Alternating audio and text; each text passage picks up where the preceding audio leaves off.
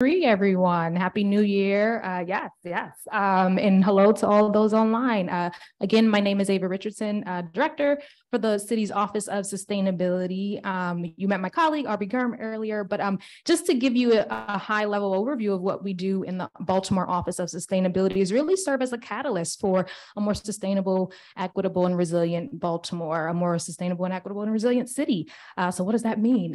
One of our primary mechanisms for moving forward sustainability across the city is the implementation of our 2019 sustainability plan, which is typically updated on a decennial basis, in addition to other plans that we coordinate the implementation of across the city, which includes our climate action plan, our disaster preparedness plan, or hazard mitigation plan for the city that Aubrey manages as well, in addition to key regulatory matters across the city, such as our forest conservation plan or forest conservation regulations, as well as the critical area management in the city, which determine permits that have to be pulled to ensure environmental protection associated with development projects. We also implement key policies across the city, such as the city's plastic bag ban, foam ban, and even the pesticide bill that went into effect last year. So we do quite a bit, and we have an amazing team of 6 folks that lead so many different projects and initiatives across the city.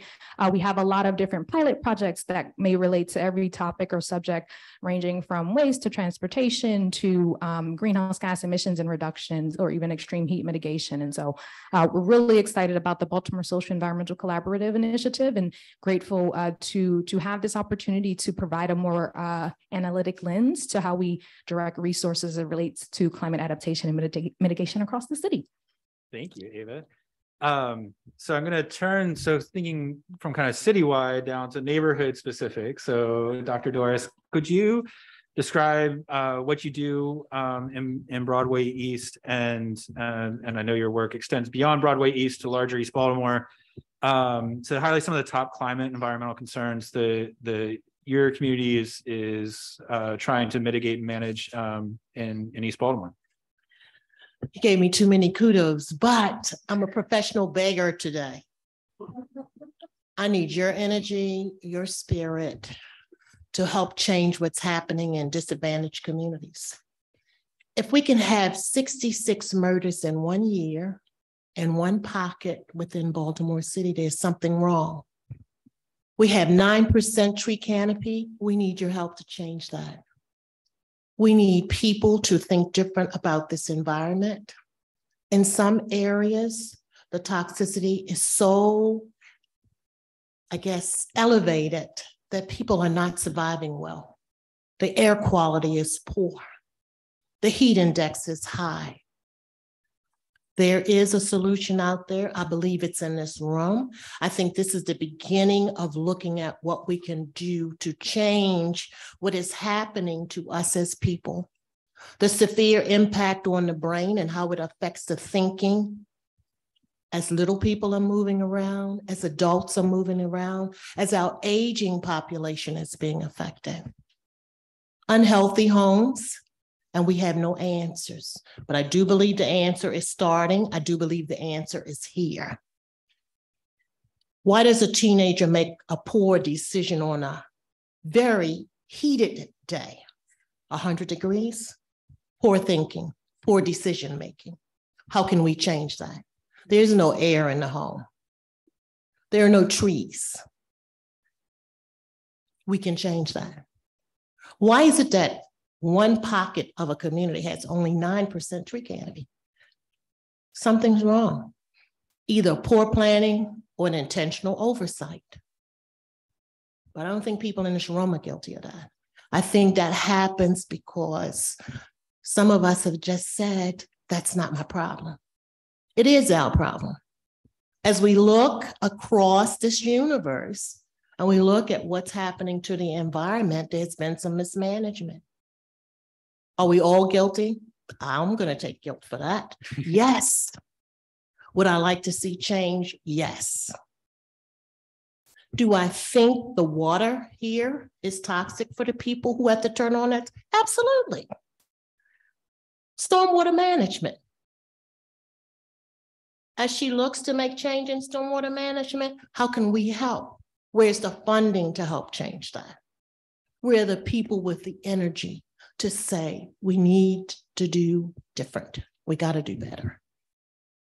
We have a university here that is the most renowned and well-known throughout the nation and finding a solution to whatever is going on. So today in this room, I know that it can happen. I believe that together things will change. But I start, for me as an educator, when a kid walks in a room, the first thing I'm looking at is how is he or she going to respond? So I'm looking at where's the energy? What's happening in terms of the brain power? How toxic has his or her environment been before they arrived? That's very important.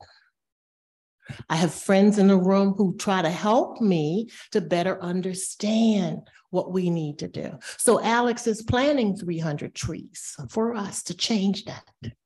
Katie is always in the room with Baltimore Green Space. So there is a team of people working together. Kelly and Mateos are on the table. What do we need to do? We need to get rid of the cement, Doris. I'm saying, okay, give me my little hammer. So I know we can do that. This is a disadvantaged community that I'm speaking about, but I need you and what you bring to the table to help make the change. Great. Thank you so much. So with that, turning to Claire, thinking about, the kinds of problems that Doris mentioned there. One of the things that we're hoping to do with BSEC is trying to integrate across not only different sectors of community members and intellectuals, but also trying to span academic disciplines, which is not always easy. So I was wondering if you could maybe talk a little bit about your own expertise, and within that expertise, how different aspects of science, and the environmental systems come into that. Okay, so I'm a hydrologist and I come from the engineering perspective, and the kind of tools we use and understanding we pursue are the urban water systems, all aspects of the urban water system. So, rain, stream runoff, groundwater flow, and all the interactions, and especially for urban systems, how the hydrologic cycle interacts with urban infrastructure, both from a quantity and quality perspective. So, of course, we have 3 separate systems in Baltimore. People aren't drinking stormwater, even though it's not good for the fish, okay? So, stormwater is managed separately from the drinking water supply. But so what we can offer are, sensor systems to detect what is in water and water levels. And then we can offer models to make predictions of how components of these systems work together. So, for example, if green infrastructure is implemented, we could make predictions of how that might change, like the local water cycle in terms of runoff, for example. And one big problem we have in the city of Baltimore, which I've talked to Kim a lot in the past, is this issue of pluvial flooding, street flooding, not streams rising and overflowing your banks. Pluvial flooding means storm drain inlets are either clogged or they're no longer sized to take runoff because storms are bigger now and more intense. And so we can also use models and measurements to try to get a handle on quantifying the problem. You got to quantify the problem before you solve the problem, right? So coming from that engineering perspective, we can offer these kinds of quantitative tools. Now, I'm speaking from the water perspective, and also coupled with that are toxics and biogeochemical cycles.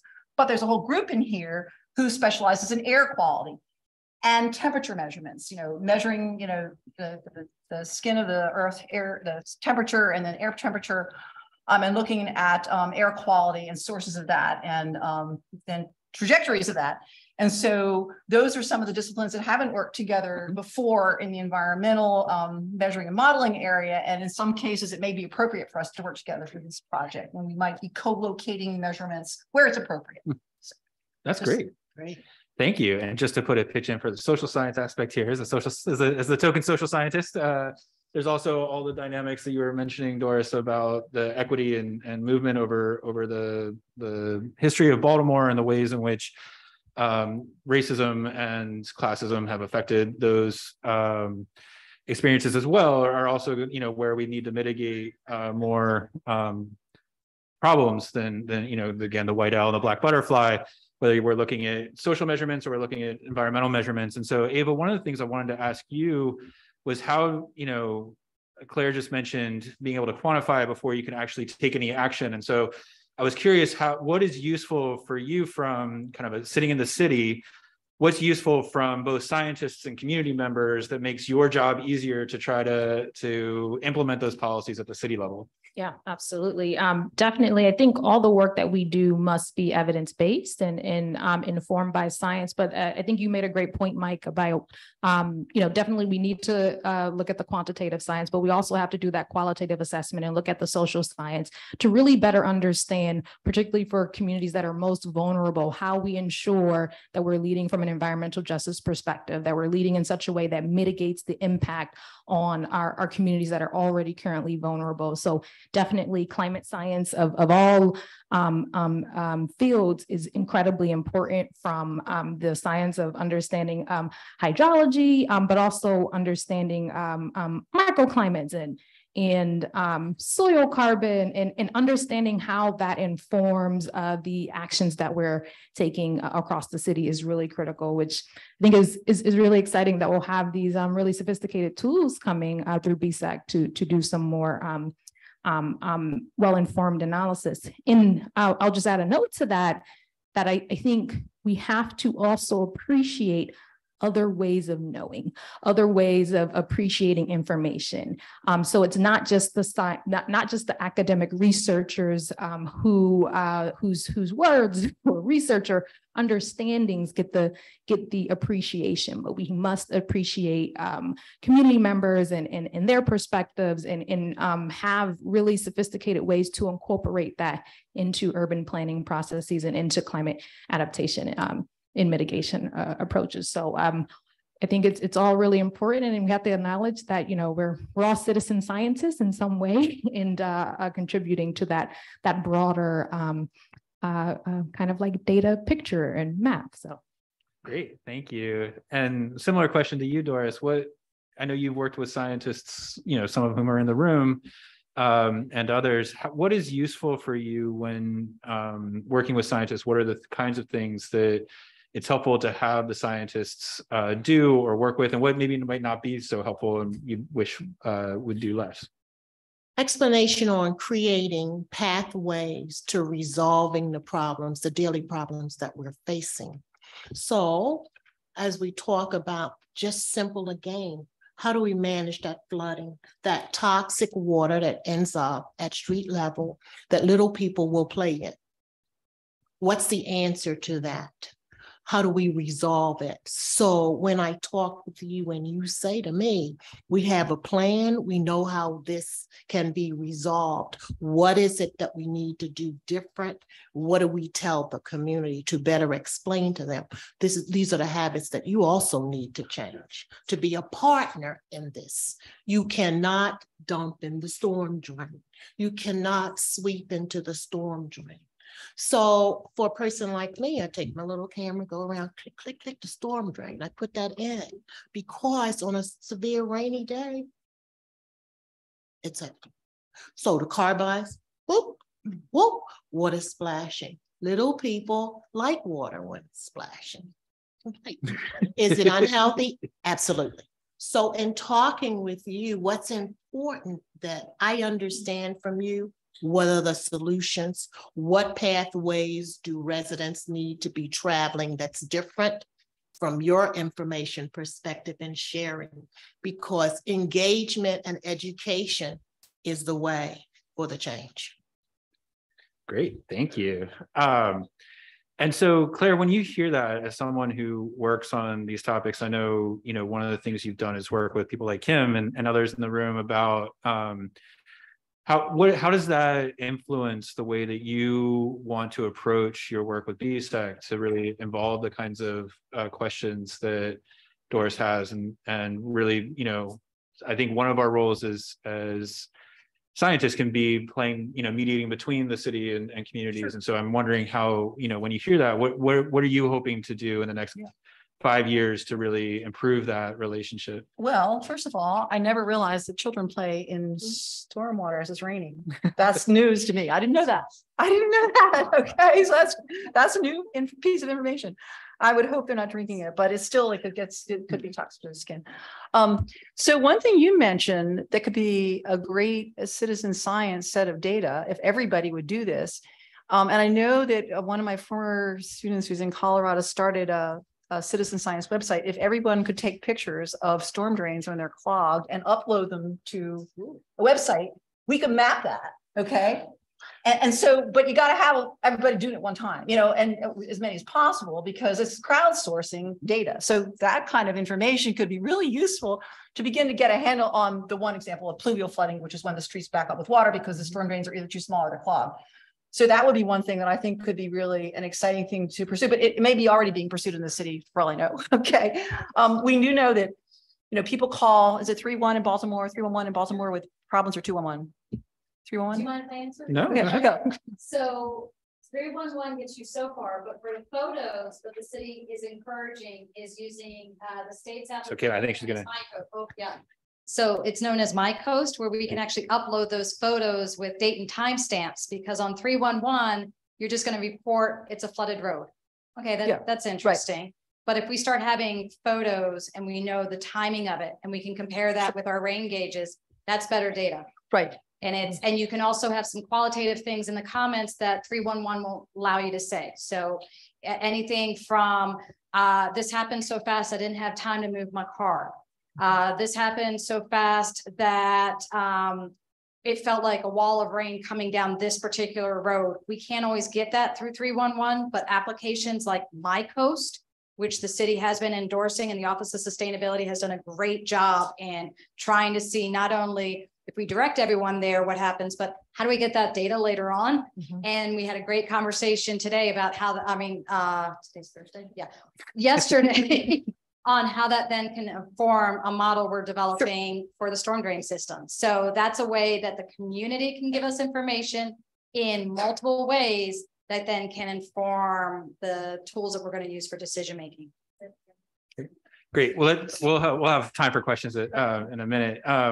So that's great. So one of the things that Kim's response actually makes me think about at the end that I wanted to ask you, Ava, is Kim was just mentioning My Coast, but what are the tools that would be, one of the things that we do have as an opportunity with BSEC is to develop tools and resources. So what are there areas where it would be helpful to have tools either for citizen science or for communication on your part, or running the gamut that would be helpful that we could help develop, and that could be part of the lasting impact of this project? Definitely, yes. So as Kim mentioned, we have the My Coastal app that's run and administered by the state, and there are other kind of different community-led ways of kind of better understanding when these events happen and reporting this information. I think 311 can provide a high-level snapshot of some of these incidences, but to the point that Kim made, it's not detailed or granular enough. I think we do need some more sophisticated ways to better capture that information and ensure that people are reporting as much as possible, because even with the My Coastal app, there hasn't been as much adoption or utilization out of it as we would like. I think our coastal planner in the city is the primary person who actually reports through the app for the city of Baltimore. So so Bruna Attila, who I don't think she was able to make it today, but we need to ensure that our residents are familiar with and comfortable with reporting through these different systems. And then when it comes to just ensuring that we have folks on the back end who are able to sift through the data, along with community members, and ensuring that we're looking at the data through the appropriate lenses to distill out what we need to distill to inform further prevention or mitigation efforts. So I think some of the other tools that can be informed and designed by BSEC will be really critical, especially when we think about like what that crowdsourcing looks like for a lot of that data and feedback. So great. So it sounds like one of the issues is not just the tools, but the kind of social impact, social influence behind it to get, folks using it. So knowing the tools are already there and being able to implement it. So with that, Doris, are there ways that you could imagine engaging with communities in ways that would be able to, know about the MyCoast app and other resources that the city has, or that we develop as part of BSEC to make sure that it really is participatory and it's not just, those of us sitting in the room, but really reaching the folks who you work with on a day-to-day basis? There is a way to give that information to different communities, because you will have a variety of community leaders who meet together. You share that information with them. Then you set up the mechanism through which you want them to report that. Who's going to do the reporting? Who am I to turn it into? And then you move it to the next level. But if they don't know that, you're not going to get that response from them, because they're not aware that they need to assist you. See, communities sometimes just believe it's going to happen. I pay my taxes, so I'm just going to make this call. No, you got to help. So if they know that, oh, come on over, we're having an information exchange. We're going to have a little bit of wine in the corner. Not too much, but this is what we need you to do. That will make it work. One of the other issues I just like to bring up for a second is soil. We have developers who will come in and they're building, and we don't know the toxicity level of the soil. Is the soil toxic? Is it safe for building?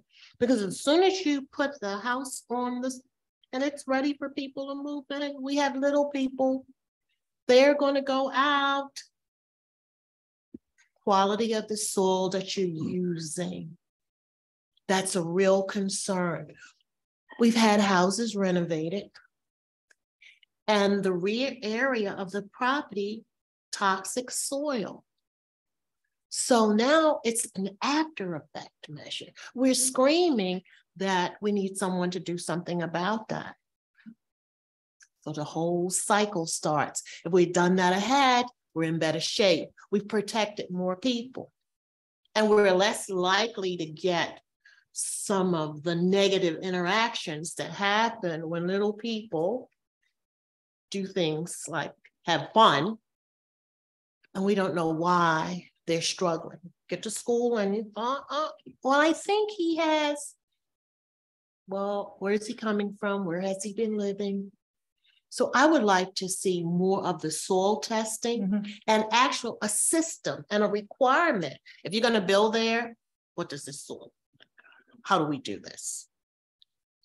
That's great. And so Claire, building on that, I know your focus is more on hydrology than on soil, so I want to be conscious of that. But what are some ways that you think, are there solutions available already that we can start to implement right away that, can kind of implement the best state-of-the-art science, or are there, soils? No, just overall. So I was thinking more in your area of expertise, like what are things that we can start to do right away, rather than, one of the things that may come up is we can wait for information and we can build a lot of information, but I also think that, your work and others has really shown that there are things we can do right now. So what are some of those things or areas that we can start? That's what I was trying to get at. Okay, so we want this to be sort of community driven. So I think, when I hear the needs, then we can come up with ideas. So we're talking about the street flooding. My suggestion would be crowdsourcing of water levels, through apps and a phone. In soils, I think that's a matter of testing. Now we have soil experts in the room. We have at Hopkins, there's soil experts that requires, testing and analysis. And then of course, proposing solutions. If you find out that the backyard is contaminated, well, what do you do about it? You bring in additional fill, remove the soil, replace the soil, whatever you're going to do. So I think we need to hear from the community what their most pressing problems are and propose solutions, rather than proposing solutions, trying to find a problem. You know what I mean? So, yeah. That's great. Yeah. And I just want to add one more point about, Kim, why don't you grab a chair and come on up here? No, but did you have No, I'm just, that's Okay, sorry. I think, one, Aubrey will kill me if I don't mention the climate action plan, but we're in the process of updating our climate action plan for the city, and that's a huge engagement effort. There are a lot of citywide planning efforts that take place, and there is a tremendous effort to ensure that there is community input in each of those. In many ways, we're applying different participatory approaches. That could be community-based participatory research, it could be coalition building to continuously seek and receive feedback from community members or intended benefactors of our efforts. And so through that process, we have collected so far over around 500 survey responses, in addition to pushing out workout interest forms. And the goal is to have 6,000 total interactions. Just pointing that out because I think it's a great way to collect data from folks as we look at the responses and hear kind of some of the major climate challenges that people encounter in their daily life, and also get a better understanding of, even to a lesser extent, but get a better understanding of climate literacy and the levels, like what people are, how folks may be interpreting different terms, and what is the best language that we should be using when we talk about climate issues to ensure that we are making the topic as accessible as possible. And so I do think there is a tremendous opportunity there to build more coalitions, build more coordinating bodies, and to just have more opportunities for citizens to engage in that actually influences policy, that actually influences programming and how things are implemented on the ground. Great, thank you. And that brings up something that I think we're all very conscious of thinking about environment, which is that, we all face constraints. Your office, I think you said, has 6 people. So that's 1,000 responses per person in your office, 1,000 contacts, right? And so what are some of the constraints that you are working, it would be interesting to hear from all 3 of you kind of what some of the constraints are, maybe what some of your concerns are about what might happen if we're not careful at addressing those constraints with BSEC in the next 5 years. So Ava, I'll start with you just because you were mentioning what you've already been doing. So it would be great to hear some of the constraints and then maybe move down the row. Sure. And we do have 3 CAP interns that help to do a lot of amazing work. One of them is here today. But in terms of constraints, so I think any local government is going to encounter resource limitations, and we're no exception to that. I think generally, kind of raising the urgency of the issue such that it is embedded in every decision-making process across the city. And so climate issues aren't considered an afterthought, or it's not considered like a fringe issue, but it is an issue that drives everything that we do. And so I think part of that is kind of like fostering a culture of change or a culture around climate change that's intimately related to those goals, really anchored by environmental justice. So addressing the past environmental harms that have been inflicted on communities for generations. Definitely funding and resources and positions is always a challenge, and kind of navigating through different bureaucracies and all of that also becomes quite a bit of a challenge too. And I think sometimes it's also just ensuring that as we're communicating about issues, because we're talking about solutions, right? Everyone here wants to see solutions. And I have to accredit this to Kim. Again, I really think you should get a chair and come up here. But ensuring that we're incorporating trade-offs in the decision-making that we're doing, because there is no environmental decision that doesn't have unintended consequences. There's always a trade-off. And unless we're incorporating that in how we're communicating the solution, and we're incorporating it in our future planning, then we could misrepresent what these solutions mean and look like, and it could lead to a lack of transparency. So we want to communicate things in a more holistic and developed way, such that we're considering all the factors that come along with the solutions that we know we need to be pushing forward. Great, thank you, Claire. So we have the usual constraints of, budgets for sensors and paying students to do work for the modeling and deployments and maintenance and technicians. But another constraint that we started talking about a little bit, we're trying to resolve, is just sometimes when we're trying to site equipment, deploy it, we have issues with permitting. And that is, the more buy-in we could get from communities. And I mean, sometimes it's a private company, sometimes it's a firehouse, where we want to put air quality sensors. some of the siting and permitting can be a constraint. And the thing is, if it takes like 3 years to get a permit of a 5-year grant, that could be a big issue, you know? And so that's something we've run into a little bit. I haven't personally, but in our larger group we have. So I think the permitting constraints could be something to consider. But basically, if we don't have the funds to buy equipment or the funds to pay students, work doesn't get done. I mean, there are, we can, herd volunteers, but we generally are paying people to do work. Yeah. That's great. It's good to pay people for the work. Yeah. I agree. Doris? Well, from a community perspective, framing your issues, getting someone to hear you. That voice that says, I got it. I know what you're talking about. I've heard about this before. Let's talk about it. And then making sure your partner, the person you're talking to, has that funding or the resources to push this forward. So we're here today because that cry to help was heard. Dr. Ben heard us. I said, the air quality is killing us. The heat is killing us. We have people who are acting in an irresponsible manner. Why?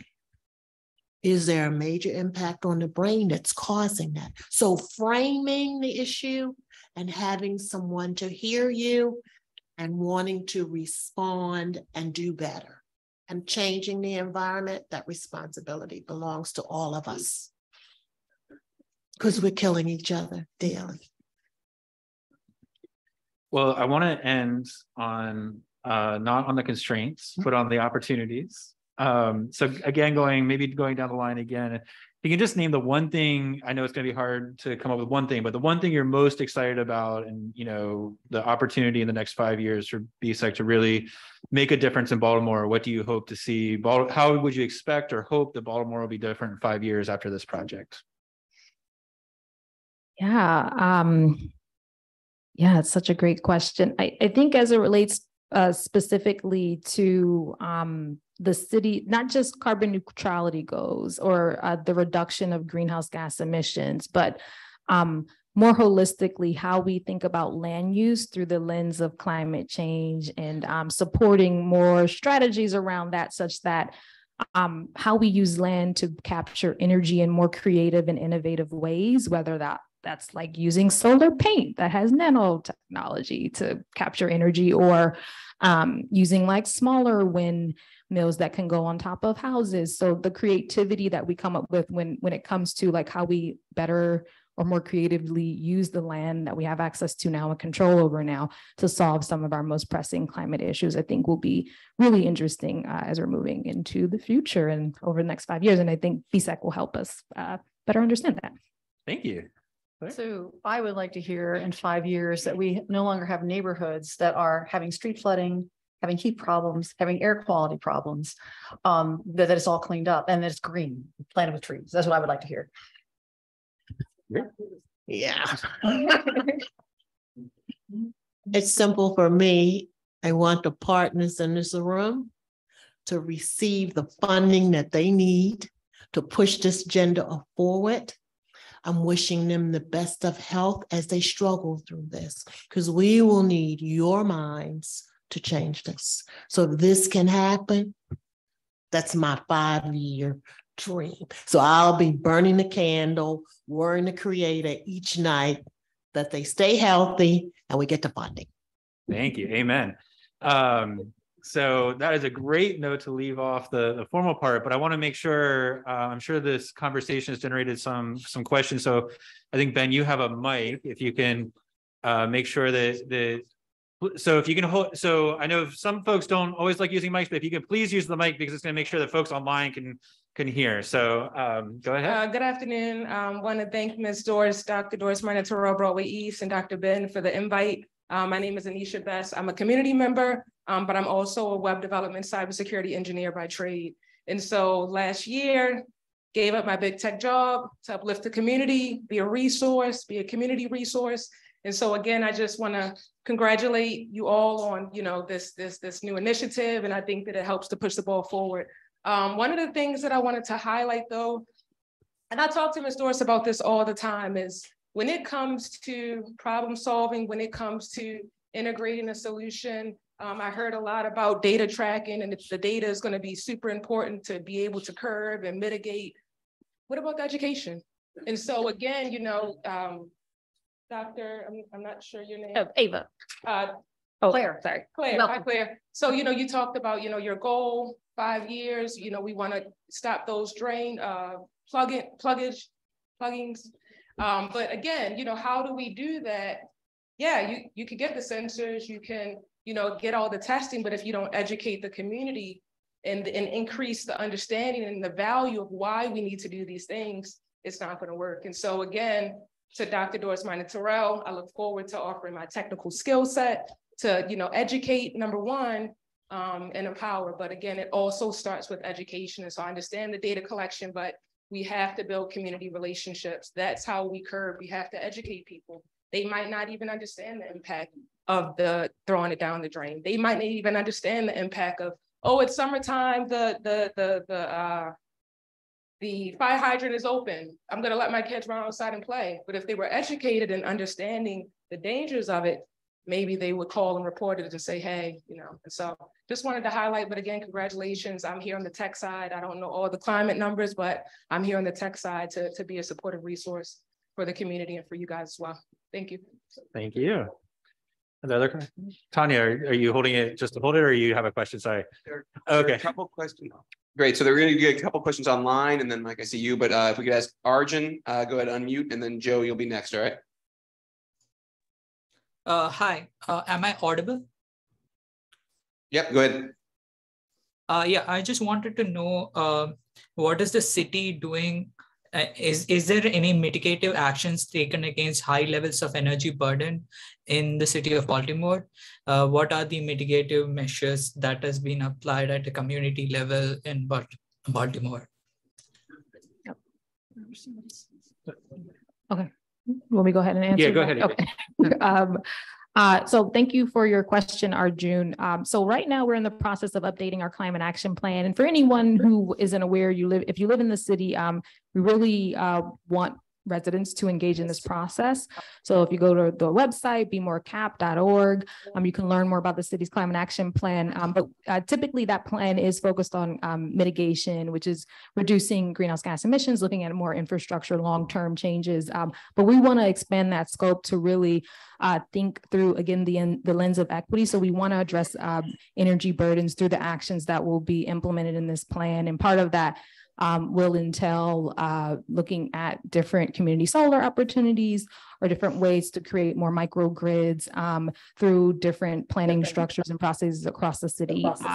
I think more energy independence for communities or at the community level or for residents. So we know that there's financial barriers to obtaining rooftop solar for many people. So again, when I think like what's that, when we think of that vision for how we reduce greenhouse gas emissions across the city and create more renewable energy opportunities. I think some of it may come to new technologies that have yet to be deployed in the marketplace, and looking at what those are, whether it's solar windows or just other ways to capture or to generate renewable energy that go beyond the current models that we know we're experiencing or facing hurdles implementing today.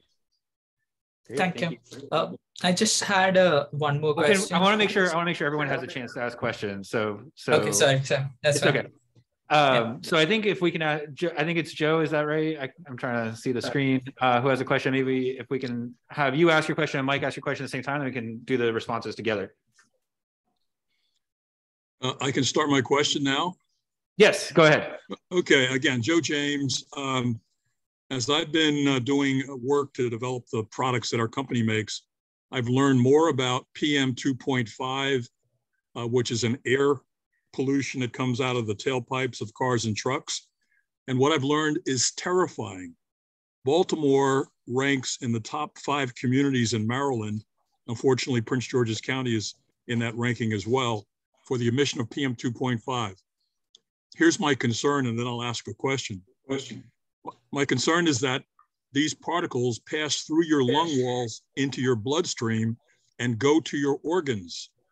So in the chat, I've included something about the incidence of stroke being connected to breathing in PM 2.5.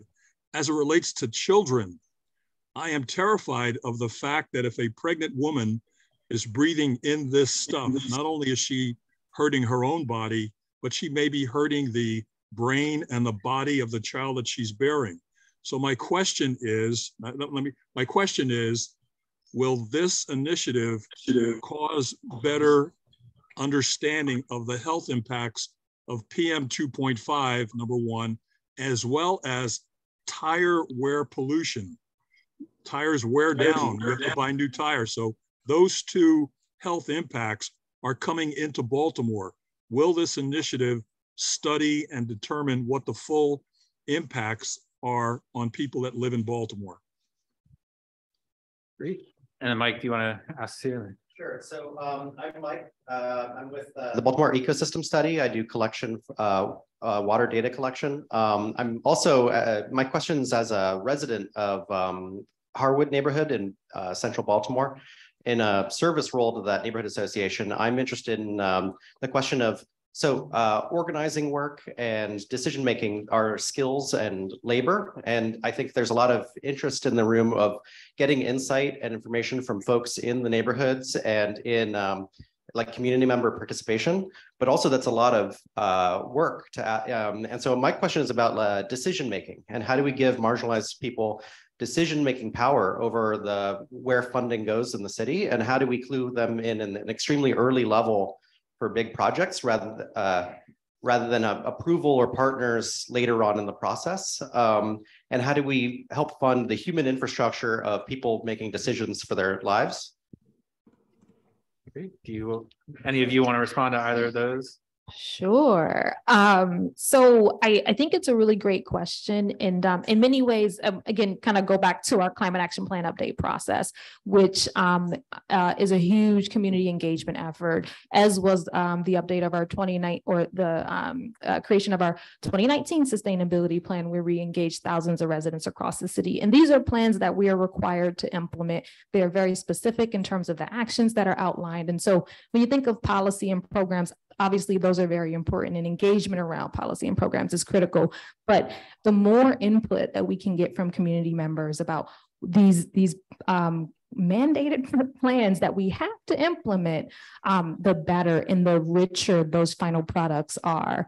The city currently is in the middle of 5 planning update processes that I'm aware of, but there's probably more. And that includes the comprehensive plan, which is another decennial plan that all jurisdictions in the state have to update. And that's a land use plan. And so for the city, it's Our Baltimore, and that covers every discipline and area that you can think of across the city. The solid waste, I think it's solid waste management plan that's led by DPW. And again, I mentioned the climate action plan and the hazard mitigation plan for the city. We need residents' input for these. And again, we need particularly input from communities that we don't always hear from. So the more we can get people engaged, and sometimes it is hard to get people engaged, and we acknowledge we do try to compensate people for their time. When it comes to how much time the time dedicated to support and inform these efforts with everyone's different expertise. So I think that's really important. There are some other participatory governance models or participatory budgeting models that are used in different cities that have provided a really good example of that. I believe the city did a participatory budgeting model like a few years ago. I don't know the details of that, so sorry. But I do think there's a lot that can be learned from that. And I'm happy to talk more about what participatory models and approaches look like, because I think there's different ways at which it can happen and different levels of influence that we can think about from communities. So. Great. And yeah, go ahead, Doris. Mike, before we move on, I think it was Joe that was making the comment about the health issues. So within marginalized communities that we're speaking today, the disease level starts with asthma, high blood pressure, liver disease, and then kidney disease. Those are the major factors affecting us. And sometimes we're saying to ourselves, why is it always the same thing? It's because we live along these major thoroughfares and we're impacted by the auto emissions that come from the cars, trucks, buses as they're traveling. So yes, the pregnant women are being affected, and then children are being affected. And just to add on to what you said, Doris, Joe, one of the theme areas for the project is actually focuses directly on health. So we have health experts looking directly at the health consequences, and that's going to be part of our decision analysis. So Pastor Mike, I have to give you the last question, since, you know, Mike is such a great name, and I'm just going to pass it off to you to make sure that we end on a strong note here with us, Mike. It's Mark, not Mike. Oh, it's Mark. Oh, well, in that case, that's even better. So good afternoon. Thank you all for all the work you're doing. Thank you to Dr. Finn. It's great as a Baltimore native to see this work being done. I currently pastor a very historic church in Baltimore, and ironically, Baltimore and Maryland have a spiritual significance to the nation. However, when we talk about justice work, when we talk about churches, we normally think about civil rights, civil justice work. And with this new push for environmental justice, you don't see as many faith institutions and faith leaders at the table. Ironically, because of one of my partners, I found out that the faith institution are actually some of the catalysts for the environmental justice movement in America. With that being said, here in Baltimore, even with this project, how do you foresee faith institutions and faith leaders participating either in the research, the data collection, just seeing how things could be implemented in the community? In every major community in Baltimore, they are faith institutions and schools. And so how can we integrate this project into the landscape of faith institutions? I'm currently writing even about the environmental ethic around looking at environmental justice, not just from an atmospheric, an agricultural or an animalia standpoint, but from a human standpoint. So we know the impacts of environmental injustice on humans, but are we really integrating that into education? As my sister said, are we educating our communities enough? Are we educating our schools and businesses enough to know that they can play a role in changing the carbon footprint of Baltimore and Maryland? So what role can the faith leader and the faith institution play in the work that you do? Does anyone want to take that? Well, I'll again use this opportunity to just shout out one of my colleagues, Aubrey Gurm, who leads the Community Resiliency Hub program across the city. Many of those partners are faith-based institutions, which serve as key points of contact to access resources during and after disaster events.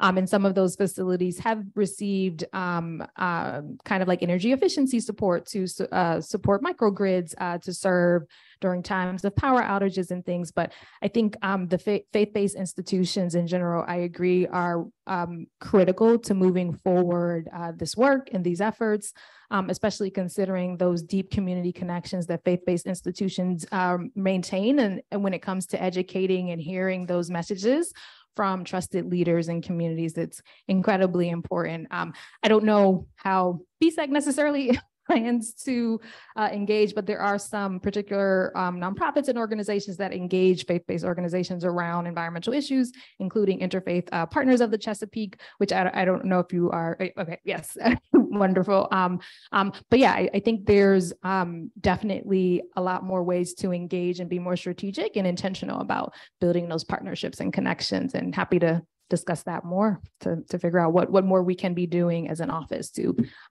leverage the power of the faith-based community across Baltimore.